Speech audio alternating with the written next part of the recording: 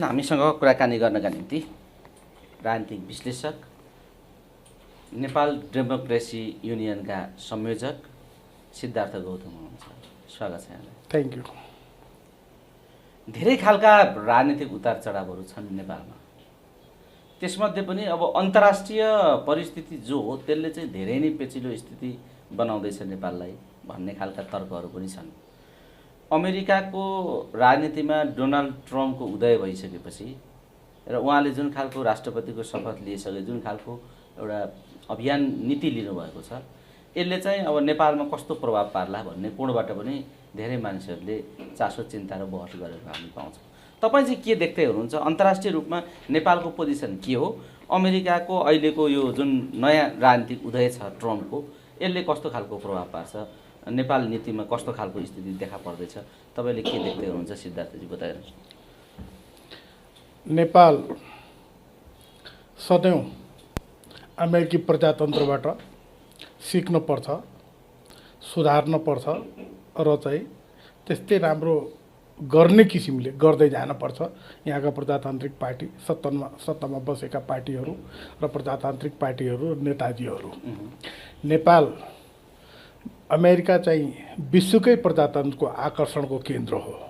खालि चाहिँ सिद्धान्तको कारणले मात्र होइन कि सभ्यता, संस्कृति, प्रजातान्त्रिक मूल्य मान्यता, विकास, जीवन स्तर, यी सबै कुरामा अमेरिका चाहिँ धेरै नै अब्बल राष्ट्र, खास गरेर प्रजातान्त्रिक देशहरूको त शिरमौरे भन्छ नि, त्यस्तै किसिमको प्रजातान्त्रिक देश पनि हो र त्यसै किसिमले प्रजातान्त्रिक भ्यालुजका साथमा चाहिँ उसले चाहिँ आफ्नो जीवन स्तर, विकास गरेको छ र त्यही सब कुराहरूलाई लिएर उसले विश्वव्यापी सद्भाव राख्छ र सहयोग गर्छ।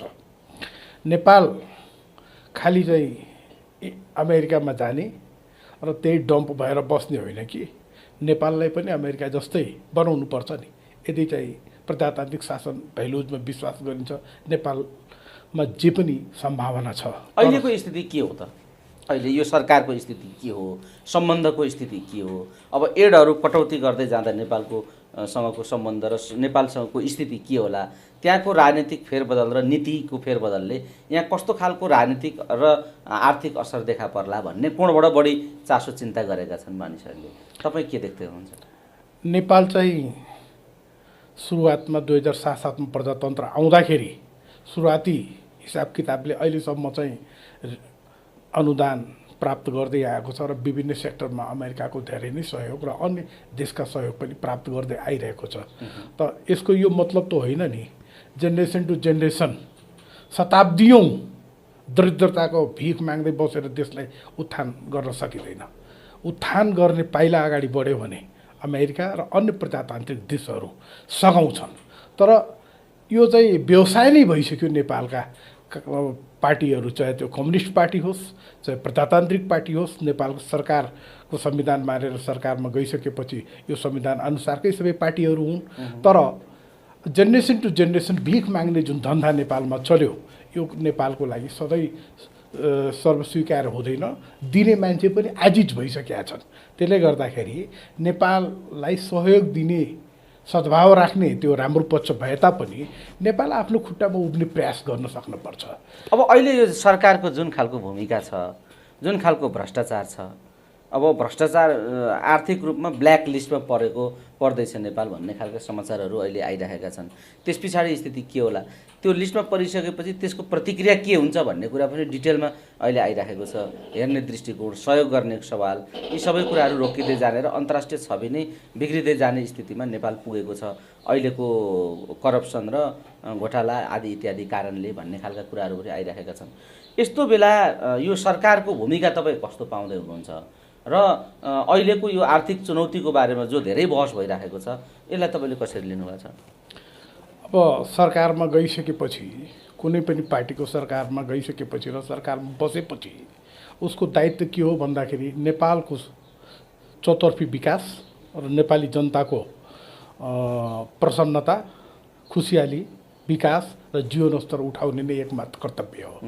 तर अहिलेको शासन व्यवस्थामा यो करिब करिब विगत 30 वर्षको हेर्दाखेरि जुनैपट्टि यिनै 3-4वटा पार्टी आलैपालै कहिले चाहिँ सिङ्गल पार्टी कहिले चाहिँ मिलिजुली सरकार गर्दै यी भ्रष्टहरूकै चरित्रहीनहरूकै र चाहिँ एन्टी नेसन प्रवृत्तिका मान्छेहरूकै जहिले पनि सरकारमा हालिमुहाली भइरहेको छ। नेपाललाई आफ्नै खुट्टामा उभ्याउनुको लागि प्रकृतिले जति पनि दिएको छ त्यसको चाहिँ प्रकृतिको दोहन गरेर नेपाललाई आफ्नो खुट्टामा उठाएर अगाडि बढ्नुपर्छ। सधैँ चाहिँ विदेशीको सहयोग र दानमै चल्न हुँदैन र ऋण पनि कस्तो किसिमले ऋण लिइराखेको छ भने कुनै पनि प्रोजेक्ट इक्जाम्पलको रूपमा हेर्ने हो भने पोखरा एयरपोर्ट हेर्नुहोस्, यो 10-12 अरबमा बन्ने प्रोजेक्ट हो। सुरुमा सायद 8 अरबको सम्भाव्यता अध्ययनले देखाएको थियो। अब त्यो चाहिँ सम्भाव्यता अध्ययन गरेर बनाए तापनि त्यो बनिसकेपछि लोनमा बनाएको छ, एक त ब्याज पनि बढी छ र ठेक्का पनि चाइनिजहरूले लिइरहेछ, ऋण पनि चाइनिजहरूले दिइराखेको छ। तर जुन भेरिएसन बढाउँदै 32 अरबसम्म पुर्याउँछन् त्यो त नेपाल राष्ट्रको लागि र नेपाली जनताको माथि लिन्छ, ठेक्का नेताको छोराले लिन्छ। फेरि त्यही पैसा चाहिँ नेपाल सरकारले चाहिँ त्यो पैसा चाहिँ 10 अरब 12 अरब अथवा 8 अरबको प्रोजेक्टलाई 32 अरबसम्म पुर्याएर र त्यो त नेपाली र नेपालमाथि चाहिँ लोन लाग्ने हो नि, ऋणसहित फिर्ता गर्नुपर्छ नि।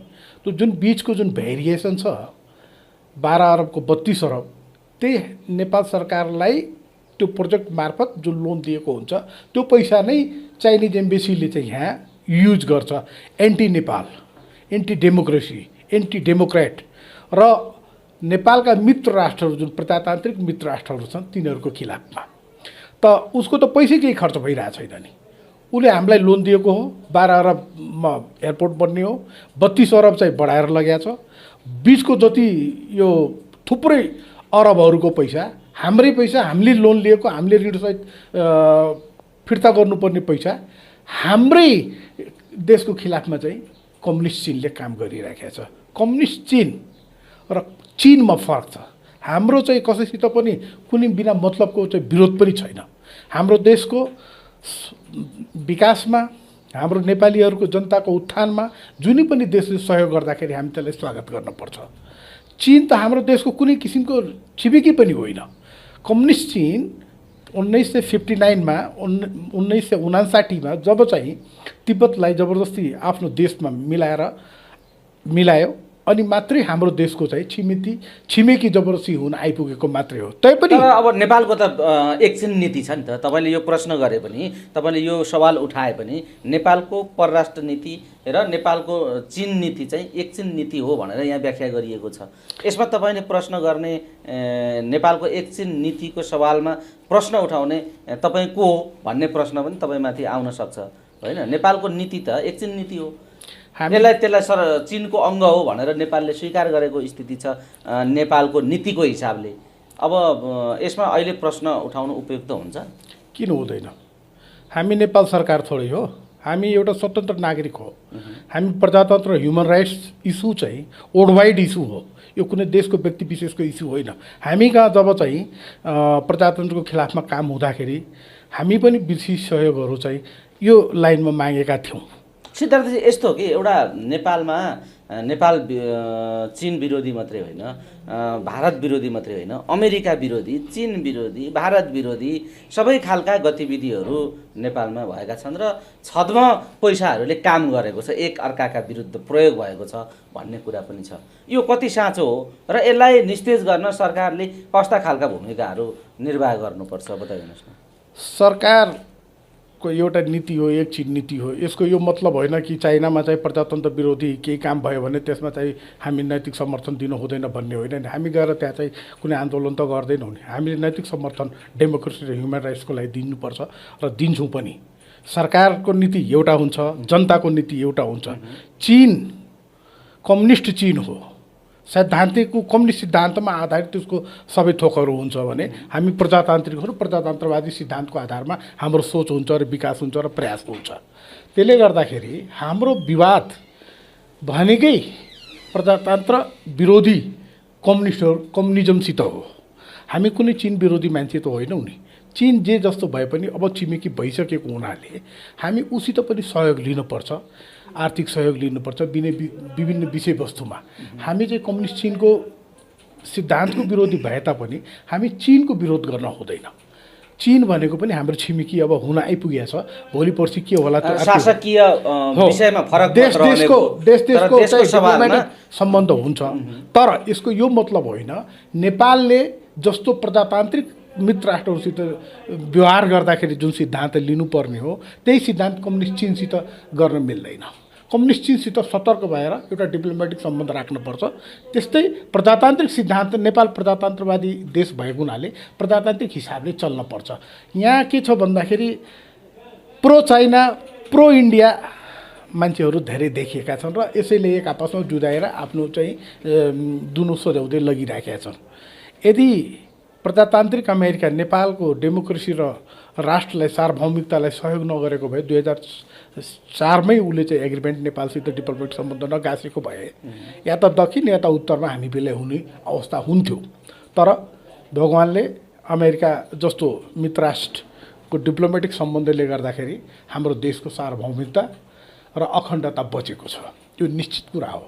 यसमा चाहिँ कोही पनि दुविधा लिएर बस्नु नेपालमा अमेरिकाको बलियो उपस्थिति र सम्बन्धका कारणले नै नेपालको सार्वभौम अस्तित्व आजसम्म बच्न सकेको हो भन्ने तपाईँको जुन कुरा छ यसमा केही हदसम्म सत्यता छ। किनभने कूटनीतिक सम्बन्धले त्यो लेभलको काम पनि विगतमा गरेको इतिहास छ। किन संयुक्त राष्ट्रसङ्घको सदस्य बन्ने कुरादेखि लिएर आजसम्मको नेपालको राजनीतिक सवालमा एउटा महत्त्वपूर्ण राजनीतिक अर्थ र राजनीतिक त्यसको कूटनीतिक भूमिका अमेरिकाले खेलेको छ। तर बदलिदो आजको शक्ति सन्तुलनसँगै अब परिस्थिति अर्को बन्न पनि सक्छ। ध्रुवहरू बहुध्रुवीय विश्वमा अहिले गएको हुनाले हिजोको जस्तो पोजिसन न अमेरिकाको छ, हिजोको जस्तो पोजिसन न भारत र चीनको छ, न हिजोको जस्तो पोजिसन रुसको छ। आज पोजिसनहरू फेरिएका छन्। यो फेरिएको पोजिसनभित्र नेपालले पनि एउटा नयाँ तरिकाले सोच्ने स्थिति आयो भन्छन् मान्छेहरू। यसलाई तपाईँले कसरी लिनुभएको छ? अब भगवान् बुद्धले नै भन्नुभएको छ, जो यही भूमिमा जन्मिनु भयो, अनित्य संसार, कुनै पनि पिटी सधैँ रहँदैन, सधैँ परिवर्तनशील भइराखेको हुन्छ। संसारको हरेक मामलामा त्यही लागू हुन्छ। त्यसै कारणले चाहिँ जति पनि बहुध्रुवीय संसार होस्, चाहे द्विध्रुवीय संसार होस्, चाहे एक ध्रुवीय संसार होस्, अन्तिम सत्य के हो भन्दाखेरि नेपाल पावरफुल हुनुपर्छ, आर्थिक रूपले, मिलिट्री रूपले, र नेपालको पर क्यापिटा इन्कम पनि धेरै माथि जानुपर्छ।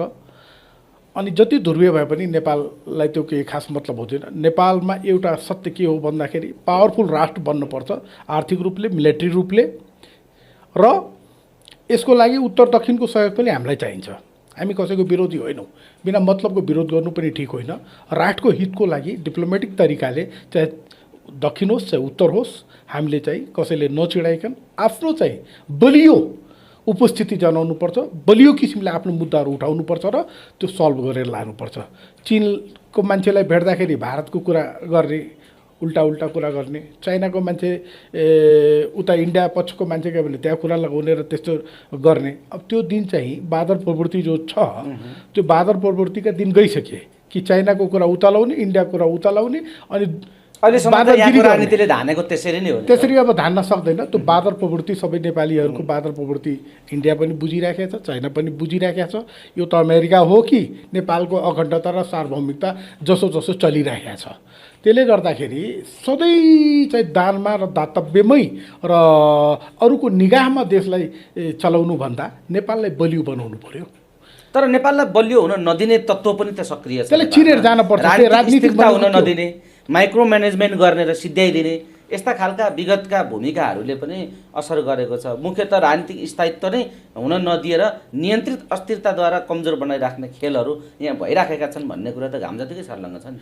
यसलाई रोक्ने कसरी भन्ने कुरामा दलहरू एक ठाउँमा आउन सकेको स्थिति पनि छैन।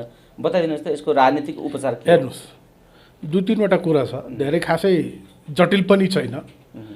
अब के छ भन्दाखेरि हजारौँ वर्षदेखि आफआफको जिन्दगी बिताएका मान्छेहरूले सत्तामा आएपछि खालि लुट खसोटमा मात्रै लागे, देश र जनताको व्यापक हितको लागि कमिटेड भएर राष्ट्रको चौतर्फी विकासको लागि काम गरेन। जुनै पनि पार्टी होस्, पार्टी भनेको यहाँ चाहिँ कम्युनिस्ट पार्टी पनि छन्, काङ्ग्रेस जस्तो समाजवादी पार्टी र कम्युनिस्टको पुच्छर जस्तो पार्टी पनि छ। यसले चाहिँ प्रजातन्त्रको ग्यारेन्टी गरेर जानुपर्छ। एक त नेपालमा प्रजातान्त्रिक शासन व्यवस्थाद्वारा नै यो देशको उत्थान हुन्छ भनेर एउटा ग्यारेन्टी गर्नु पर्यो एक। अर्को जस्टिस हुनु पर्यो यो देशमा, कुनै किसिमको पनि इन्जस्टिस हुनु भएन। तराईमा, पहाडमा, हिमालमा होइन विभिन्न किसिमका इन्जस्टिसहरू हुन्, त्यसलाई हटाउनु पर्यो, जस्टिस हुनु पर्यो। र फ्रिडम, स्वतन्त्रता हुनु पर्यो। फ्रिडम विभिन्न किसिमका फ्रिडम छ। भात खाने स्वतन्त्रता छ, कपडा लगाउने स्वतन्त्रता छ, ठाउँ अनुसार आफ्नो सबै स्वतन्त्रता हुनुपर्छ, भाषा स्वतन्त्रता, क्षेत्रीय स्वतन्त्रता छ। र यो दुईवटा भइसकेपछि बल्ल नेसनल युनिटी हुन्छ। नेसनल युनिटी भएपछि यी जुन तपाईँले जुन प्रवृत्ति भन्नुभयो नि, यहाँ चाहिँ राजनीतिक नियन्त्रित अस्थिरता अथवा चाहिँ प्रजातन्त्रलाई कोलाप्स गरेर कम्युनिस्ट कन्ट्रोल देश बनाउने यी आदि त आफै साफ भएर जान्छन्। यति ध्रुवमा चाहिँ नेपालीहरूलाई विभाजित गरिदिएछ विदेशीले पनि र नेपालको आन्तरिक अवस्थाले पनि। यो चाहिँ कम गर्नु पर्यो। हामी नेपाली हौको भावनाको विकास भएर जानु पर्यो, अनि मात्र सबैको कल्याण हुन्छ। नत्र चाहिँ हिमालीले तराईलाई गाली गर्ने, तराईले पहाडलाई गाल्ने, पहाडले दुईटैलाई गाली गर्ने, यो प्रवृत्तिले गर्दाखेरि राष्ट्रिय एकता बलियो हुन सकेन। किन हुन सकेन भन्दाखेरि यहाँको त कुनै स्पष्ट लाइन नै नेपालको भएन। कोही राजावादी छन्, कोही कम्युनिस्टवादी छन्। कम्युनिस्टवादी नेपाल प्रो भए त हुन्थ्यो, कोही त प्रो नेपाल त छैन नि।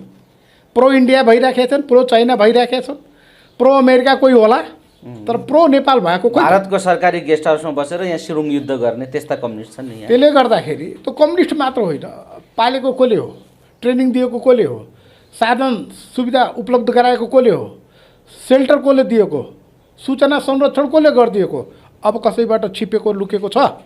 त्यस कारणले गर्दाखेरि कम्युनिस्टको भ्रममा नेपाल पर्न हुँदैन, नेपालीहरू पर्न हुँदैन। र एक सूत्रीय कार्यक्रममा के हुनु पर्यो भन्दाखेरि अब 5 वर्षमा अथवा 10 वर्षमा कसरी नेपालको चौतर्फी विकास गरेर पर क्यापिटा इन्कम साउथ एसियामै सबभन्दा तगडा किसिमले जान सकिन्छ। त्यसको लागि के गर्नुपर्छ, युनिटीको आवश्यकता छ। युनिटी हुनलाई फ्रिडम र जस्टिस चाहिन्छ। यो सबैले विचार गरेर जान सक्नु पर्यो नि। यी पार्टीहरूको बारम्बार सत्तामा जाँदा पनि यिनीहरूको चाहिँ टेस्ट भएर फेल भएका पार्टीहरू हुन्। युवा भन्नुहुन्छ, अब युवाको हालत देख्नु भएको छ नि, कस्ता छन् युवाहरू देख्नु भएको छ नि। त्यस कारणले यी युवाहरू पनि यदि सत्तामा गयो भने यही चरित्रका जुन अहिले चाहिँ नेतृत्वमा भएका चाहिँ नेताहरू छन् त्यसैको पदचिन्हमा चाहिँ यी युवाहरू गइसकेका छन्। त्यसले गर्दाखेरि यिनीहरूबाट नेपालको कहिले पनि कायाकल्प पनि हुँदैन र सुधार पनि हुँदैन, झन् उल्टै खराब भएर स्थिति जान्छ। जस्तै अब एउटा धेरै इस्यु उठिराखेको हुन्छ, राजा ज्ञानेन्द्र ठिक छ, पृथ्वीनारायण शाहले धेरै राम्रो काम गर्नुभयो। कम्तीमा 2224मा छरिएर रहेको यो भूभागलाई उहाँले एकत्रित गर्नुभयो। तर पृथ्वीनारायण शाहपछि महेन्द्रपछि वीरेन्द्र, यी 3टा नेताको नाम इतिहासमा बढी आउँछ। बाँकी त कसैको केही छैन। जब चाहिँ समय परिवर्तनशील छ, बुद्धले भन्नुभयो अनित्य संसार। त्यसले गर्दाखेरि एकचोटि राजतन्त्रको क्रियाकलाप आफ्नै कारणले चाहिँ राजतन्त्र समाप्त भएको हो।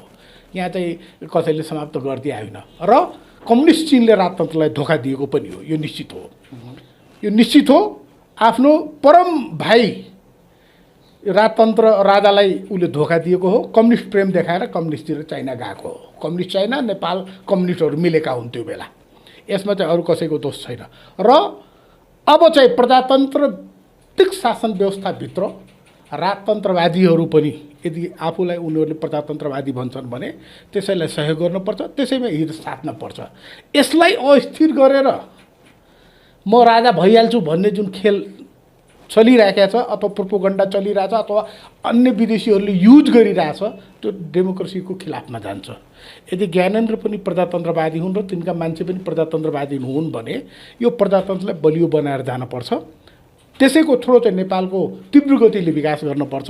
यही जनता हो जो राज संस्थालाई फ्याल्यो पनि, यही जनता हो फ्युचरमा रियलाइज गर्यो भने जनताले राजाको भूमिका पनि केही दिन सक्छ। तर राजाले यो प्रजातन्त्रको खिलाफमा इन्डियामा घर पछि ढोक्दै हिँड्ने यो कुरा नेपालको अपमान हो। नेपाल सार्वभौमिकता र नेपाल विष्णुको अवतार यस्तो गरेर हिँडेर जान मिल्दैन। नेपाली जनताको नै दिल जित्न पर्छ, यही दिगो पनि हुन्छ।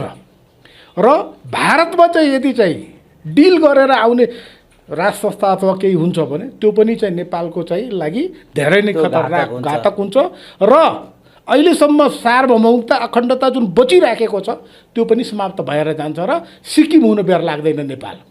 नेपालीहरूले सिक्किमको इतिहास र उत्तर साइडमा तिब्बतको इतिहास हेर्न पर्छ। कसरी चाहिँ यो दुईवटा स्वतन्त्र राष्ट्रहरू दुईटै स्वतन्त्र छिमेकी हाम्रो ठुलो राष्ट्रहरूले कसरी पचाए, कर्लम्बै खाए।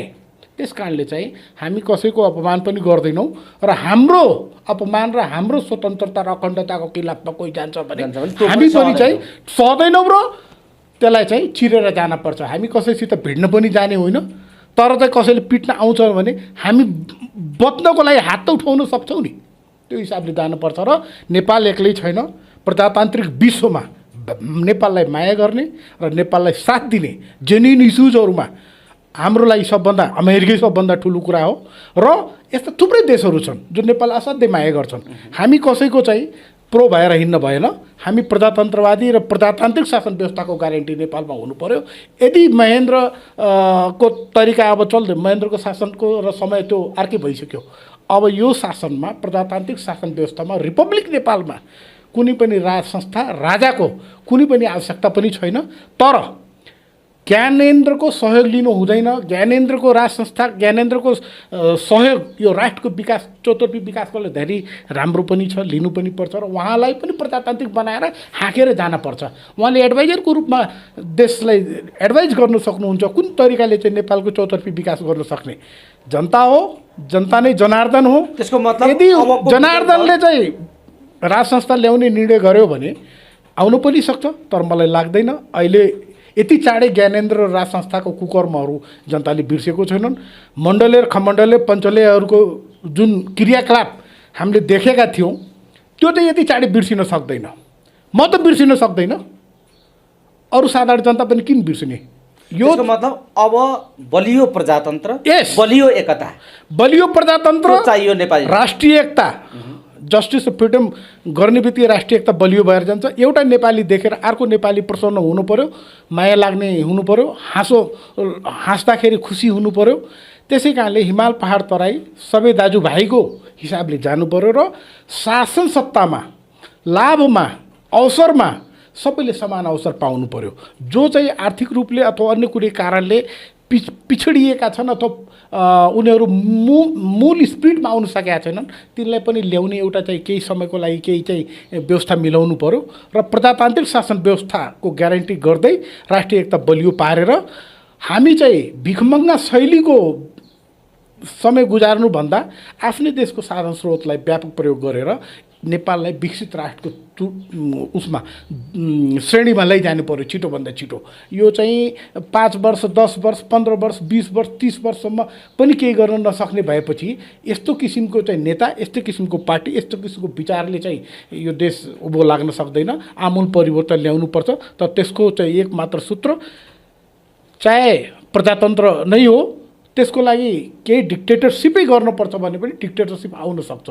अब जस्तै के छ भन्दाखेरि यो प्रजातान्त्रिक शासन व्यवस्थामा चाहिँ प्रधानमन्त्री र सरकार स्थिर हुन सकेन, चाँडै चाँडै सरकार हटिरहेछ। नेपालीको कारणले पनि छ र छरछिमेकको कारणले पनि त्यस्तो हुन गइरहेको छ। तर यहाँ स्थिर कन्ट्रोल होइन कि नेपालको आर्थिक अवस्था खतम पारेर यहाँ कसैले चाहिँ सोचे होला कि हामीले चाहिँ केही खाउँला, केही झर्ला केही खाउँला भन्ने। त्यो तराई दक्षिणका छिमेकी हुन् चाहे उत्तरका छिमेकी हुन्, एउटा कुरा के भन्नुपर्छ, हामी सबैसित राम्रो सम्बन्ध राख्छौँ, सबैको सम्मान गर्छौँ र कसैको विरुद्ध कसैको कुनै गतिविधि हुन दिँदैनौँ। तर हाम्रो आन्तरिक मामलामा चाहिँ जुन म्याक्रो म्यानेजमेन्ट छ नि त्यो हामी हुन दिन्नौँ र अस्थिरता गराउने काम पनि हामी हुन दिन्नौँ र चाहिँ राष्ट्रिय एकता गरेरै हामी बलियो जान्छौँ र बलियो नेपाल नै उत्तर दक्षिण छिमेकको लागि पनि राम्रो हो। यो कुरा दुईटा छिमेकीको कल्याण पनि नेपाल बलियो हुँदा नै हुन्छ भन्ने कुराको सन्देश हामीले दिन सक्नुपर्छ। सन्देश होइन, स्पष्ट रूपले सन्देश दिनुपर्छ। सन्देश त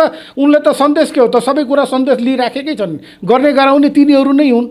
यहाँ चाहिँ एक आपसमा मिल्न नदिने, भिडाउने काम त तिनीहरूकै भइराखेको छ नि। यदि चाहिँ नेपालमा चाहिँ दक्षिण अथवा उत्तर अथवा कसैले पनि अस्थिरता नगराउने हो भने नेपालीले घडिघडी 8-8 महिनामा सरकार चेन्ज गर्न क्षमता छ कुनै नेपालीको? त्यसले गर्दाखेरि यस्तो नेपालमा राजनीतिको स्थिरता गर्ने चाहे चाहिँ दक्षिण होस् चाहे उत्तर होस्, यी दुइटैले चाहिँ नेपालसित डिप्लोमेटिक सम्बन्ध राखेर नेपालको उज्जवल भविष्यको लागि काम गर्नुपर्छ, न कि कुनै पार्टी विशेषको लागि काम गर्ने अथवा कोही व्यक्ति विशेषको लागि काम गर्ने।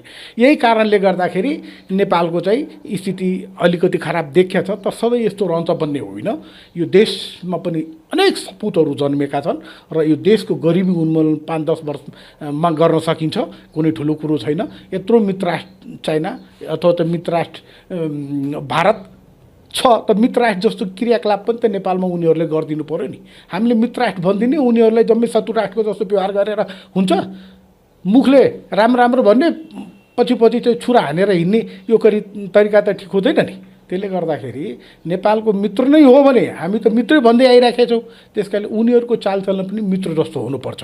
हामी कसैको विरुद्धमा जाँदैनौँ र कसैको विरुद्धमा नेपाल भूमि प्रयोग पनि गर्न दिँदैनौँ। तर यसको यो मतलब होइन कि प्रजातन्त्रको कुरा आयो भने हामी चुप लागेर बस्छौँ। यो देश प्रजातान्त्रिक शासन व्यवस्थाबाटै अगाडि बढ्छ र विश्वमा जहाँ पनि प्रजातन्त्र ह्युमन राइट्सको कुरा उठ्छ त्यहाँ नेपालले पनि कुरा उठाउनुपर्छ। तर यसको यो मतलब होइन कसै देशमा गएर हामी हस्तक्षेप गर्छौँ, आन्तरिक मामलामा हस्तक्षेप गर्छौँ भन्ने होइन। जुन किसिमले नेपालले भोगिरहेछ त्यस्तो हामी कहिले कसैलाई पनि गर्दैनौँ। तर प्रजातन्त्रको आवाज उठाउने र ह्युमन राइट्सको आवाज उठाउने कुनै पनि देशमा त्यससित हामी चाहिँ तारतम्य मिलाउँछौँ, नैतिक समर्थन दिन्छौँ। प्रजातन्त्र, ह्युमन राइट्स, यी व्यक्तिगत स्वतन्त्रता आदि इत्यादि कसै देश विशेषको हुँदैन। यो अन्तर्राष्ट्रिय इस्यु हो। त्यसले गर्दाखेरि कम्युनिस्ट चिनको कसैले चाहिँ यहाँ आलोचना गरिदिने बित्तिकै हामी चिनको विरोधी हौँ भन्ने गलत मेसेज चाइनाले, कम्युनिस्ट चाइनाले पनि दिनु भएन।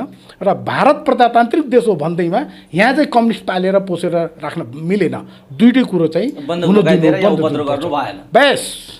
त्यस कारणले चाहिँ हाम्रो जति पनि राम्रो नेपाल भएर जान्छ, चाहे राजनीतिक दृष्टिकोणले, प्रजातान्त्रिक दृष्टिकोणले, आर्थिक रूपले, यो मजबुत नेपाल नै भारतको लागि पनि राम्रो हो र कम्युनिस्ट चिनको लागि पनि यसैमा भलाइ छ। अब कम्युनिस्ट त कम्युनिस्ट रहेनन्, उनीहरूले के भन्छ, हामी त कम्युनिस्टै होइनौँ। त तिमी कम्युनिस्ट होइनौ भने त कम्युनिस्टलाई च्यापेर किन हिँड्छ कम्युनिस्ट चिन नेपालमा? यहाँ कम्युनिस्ट पार्टीलाई आएर ट्रेनिङ दिने तिनीहरूले? नेपालसित उनीहरूलाई डिप्लोमेटिक सम्बन्ध राख्नुपर्छ, नेपाललाई सहयोग गर्नुपर्छ। नेपालमा जबसम्म चिनले, कम्युनिस्ट चिनले राजनीतिक विशेष अथवा प्रजातन्त्र विरोधी गतिविधि नगर्दासम्म नेपालले पनि चिनको चाहिँ शासन व्यवस्थालाई कुनै हाम्पर हुने किसिमको काम गर्दैन। तर उनीहरूले यहाँ चाहिँ जति भूमिका एन्टी नेसन, एन्टी डेमोक्रेसी गर्छ त्यही अनुसार नेपाली जनता पनि सोच्छन् र त्यही अनुसार नेपाली जनता पनि स्वतन्त्र छन्, कसैले केही भन्न पनि गर्न पनि। त्यसले गर्दाखेरि सरकारको काम कर्तव्य तरिका एउटा हुन्छ कुनै पनि देशसित गर्ने गराउने। तर जनताले चाहिँ ती देशका बारेमा चाहिँ उसको कर्तव्य, उसको चाहिँ व्यवहारबाट प्रभावित भएर त्यस्तै किसिमको रिप्लाई अथवा रिएक्सन दिन्छ। त्यस कारणले गर्दाखेरि हरेक कुरा चाहिँ चाइनाको चाहिँ आउने बित्तिकै एन्टी चाइना भयो भन्ने कुरा यो जुन भनेर आइराखेका छन् नि, यो ठिक होइन नि। नेपालीको बिचमा चाहिँ आतङ्क मचाउने, अनेकता गराउने, मिल्न नदिने, कम्युनिस्टलाई सहयोग गर्ने, यो चिनले पनि त गर्न शोभा दिँदैन नि। यदि ऊ चाहिँ आफूलाई बहुत ठुलो शक्ति ठान्छ भने त नेपालमा होइन, अन्त गएर उसको दायित्व पनि त ठुलो छ नि विश्वव्यापी। उसले उसको विश्वव्यापी दायित्व कहाँ छ त? चाइनाले त कहीँ पनि बिचमा कुनै समस्या हुँदाखेरि अमेरिकै हो जहाँ पनि पुग्ने र सहयोग गर्ने। कम्युनिस्ट चिनले त कहीँ पनि गरेको छैन नि। त्यसले गर्दाखेरि ऊ चाहिँ नेपालको बोर्डर पनि धेरै खाएको छ। हाम्रो बोर्डर तिब्बतपट्टि त धेरै नै थियो नि 1947 भन्दा पहिला। महेन्द्रजी सरकारले चाहिँ राजनीतिक हिसाब किताब मिलाउनलाई, सहयोग लिनलाई धेरै भूभाग छोड्नुभयो। अब यो कालापानी, लिपुलेक, लिम्पियाधुरा नेपालको हुँदाहुँदै पनि नेपाली नेताहरूले बेचेर खाए, ब्युरोक्रेसीले बेचेर खायो। त्यहाँ चाहिँ कालापानीमा चाहिँ त्यत्रो चाहिँ भारतीय सेनाहरू चाहिँ बसिराखेको छ 50-60 वर्षदेखि। त्यो कालापानी आजदेखि इस्यु हो त। तर चाहिँ त्यसको मिनिङफुल कुनै मिटिङ भइराखेको थियो। खालि लट्काउँदै गएपछि कालापानी पनि खायो। अब नेताले पैसा लिएपछि पार्टीका नेताहरू, सरकारमा बस्नेहरू, ब्युरोक्रेटहरू जो सम्बन्धित निकायमा जहाँ गर्नुपर्ने हो, राष्ट्रको हितमा काम गर्नुपर्ने हो, ती सबैले त पैसा खाँदै एन्टी नेसन काम गर्दै बसिराखेका छन् नि।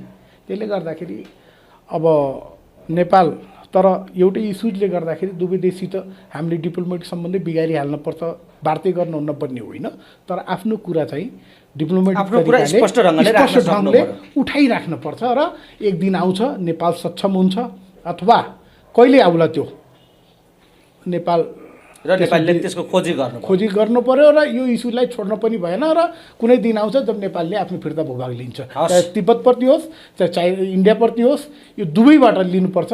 तर डिप्लोमेटिक र सज्जन ढङ्गले सभ्य ढङ्गले चाहिँ आफ्नो कुरा राख्नुपर्छ र त्यसमा चाहिँ तर्कको आधारमा चाहिँ आफ्नो प्रमाणको आधारमा हामीले काम गर्नुपर्छ।